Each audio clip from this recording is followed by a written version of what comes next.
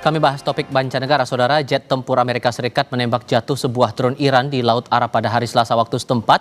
Drone ditembak saat mendekati kapal induk Amerika USS Abraham Lincoln yang sedang melintasi Laut Arab sekitar 500 mil dari pantai selatan Iran ketika sebuah drone Iran Shahid 139 bermanuver ke arah kapal.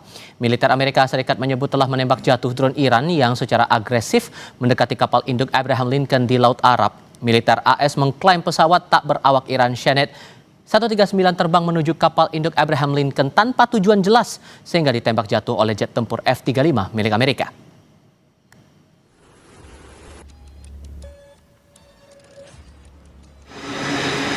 Angkatan Laut Amerika kembali merilis rekaman dari kapal induk yang diambil di Laut Arab. Jet tempur lepas landas dari atas kapal di tengah ketegangan antara Amerika Serikat dan Iran. Jet tempur terbang dari landasan pacu kapal induk Amerika Serikat USS Abraham Lincoln. Rekaman yang diambil pada akhir Januari lalu ini menunjukkan kapal induk Angkatan Laut AS itu berada di atas Laut Arab. Rekaman juga menunjukkan gambar pengisian logistik di kapal induk. Aktivitas ini bertepatan usai jet tempur AS menembak jatuh drone Iran yang mendekati kapal dengan maksud yang tidak jelas hingga membuat tensi semakin tinggi antara Washington dan Teheran.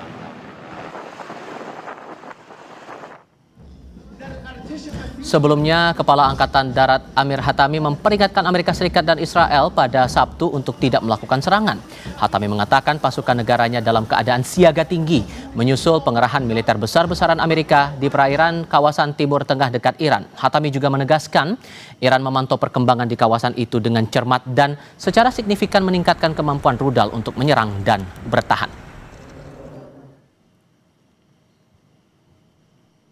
Lalu sejauh mana dampak meningkatnya ketegangan Amerika Serikat dan Iran ini? Sudah bersama saya di studio Marsma TNI Purnawirawan Agung Sasongko Jaki, pakar kajian strategis Perhimpunan Purnawirawan Angkatan Udara. Pak Agung, selamat sore Pak. Oh, selamat sore Mas. Terima kasih sudah datang bersama kami. Kalau melihat kondisinya seperti ini, walaupun kemudian perundingan antara dua belah pihak ini masih di tahap awal, melihat tensinya makin tinggi seperti ini, apakah akan makin sulit mencapai perundingan untuk kedua belah pihak Pak? Jadi yang kita lihat ini sebetulnya bukan sekedar adanya konflik antara Iran dan Amerika yang memanas, namun bagian daripada pertunjukan yang memang digunakan oleh kedua belah pihak untuk mencapai keseimbangan dalam negosiasi. Jadi ini adalah suatu bukti sedang ada perimbangan kekuatan yang sedang perubahan di Timur Tengah. Jadi Amerika dan Iran sebetulnya konflik sudah lama, udah 40 tahun. Konflik ini terjadi dengan serangan berupa serangan tekanan ekonomi, sanksi ekonomi. Ada juga serangan militer. Tapi yang jelas diplomasi dan secara informasional serangan berupa propaganda atau berita-berita yang saling menihilkan satu sama lain itu berlangsung dengan ini. Tapi sesungguhnya inilah bagian daripada repositioning mereka. Memang drone yang ditembak ini kelihatan seolah-olah drone-nya jatuh. Tapi masalahnya adalah Iran tetap menunjukkan dia tidak takut.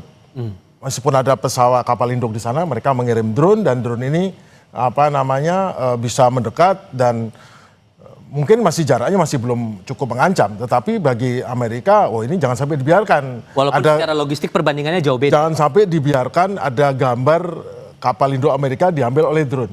Karena drone Shahid ini sebetulnya kan ada drone yang digunakan untuk serangan bunuh diri atau kamikaze jarak jauh. Harganya hanya sekitar mungkin tidak sampai daripada $20.000. Padahal pesawat yang dikirimkan adalah pesawat F-35. Dengan menggunakan rudal AMRAAM yang harganya mungkin 10 kali lipat daripada drone itu.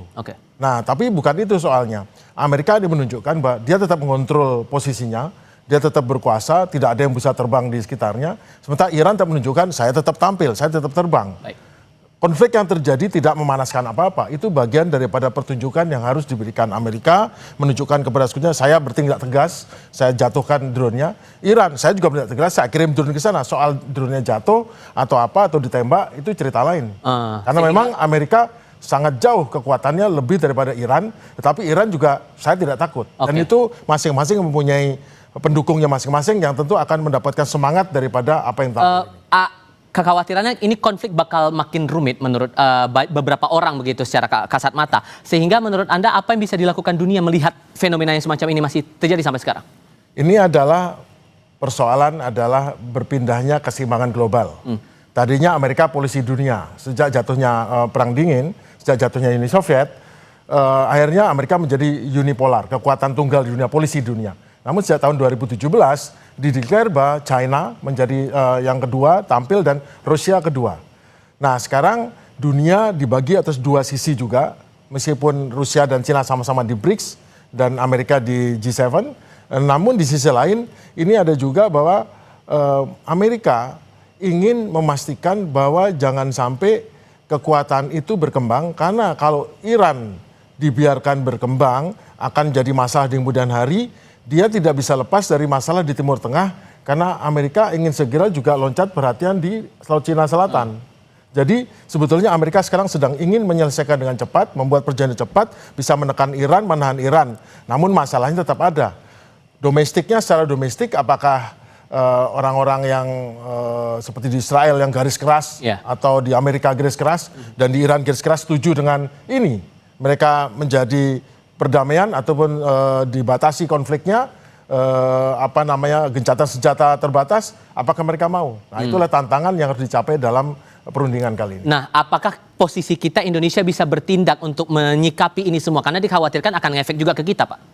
Oh iya, kalau sampai terjadi konflik dan sampai Selat Hormuz ditutup, itu akan masalah besar pada ekonomi dunia, sangat tergantung pada aliran minyak. 25% daripada aliran minyak dunia dari Selat Hormuz. Jadi sebagai kita, sebagai negara, ya kita harus tetap tidak berpihak, namun tetap harus menunjukkan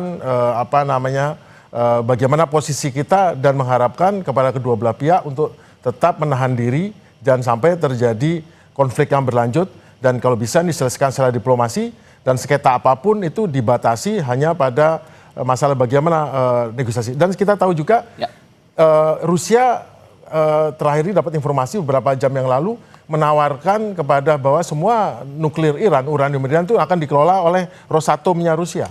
Jadi memberi jalan keluar.